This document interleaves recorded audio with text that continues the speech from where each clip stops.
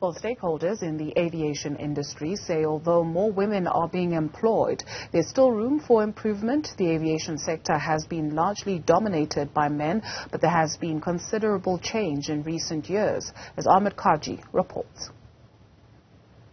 As the country marks Women's Day, women are still attempting to break barriers in the aviation industry.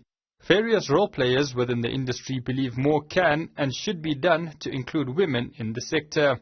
South African Airways station manager at the OR Tambo International Airport, Daisy Demas, says more than 50% of the executive board are women. Demas says stereotypes that paint women in aviation as cabin crew only need to be changed. I think we need to move away from looking at aviation as cabin crew or administrators.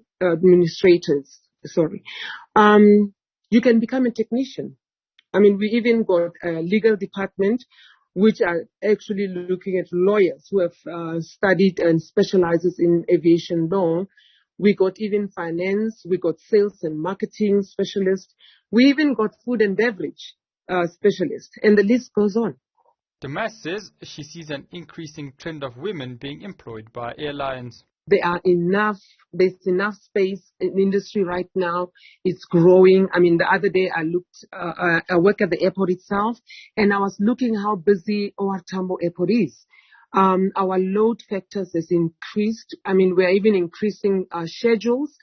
And yes, we are there. We are ready. All the airlines, don't just look at South African Airways. I think even the foreign airlines which are coming in, they are taking on female employees. Meanwhile, 22-year-old Nandi Sicha is adding flight hours to her private pilot's license. She fell in love with aviation after seeing her uncle fly for South African Airways and also from her interest in birds. Sicha says the biggest hurdle for aspiring pilots is the high cost of studying. A lot of the challenge is finances. Finances plays a huge role, especially if you're going to study private and you're not going to go through the military and you don't have funding. So the biggest challenge for me was finance, because I only started flying in 2020 March, and then we went into lockdown, and then I only came back in June.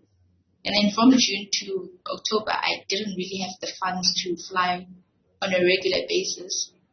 Stakeholders in the sector are continuing their calls to have more women included and represented in the sector. For Newzroom Afrika on Channel 405, I'm Ahmed Kajee.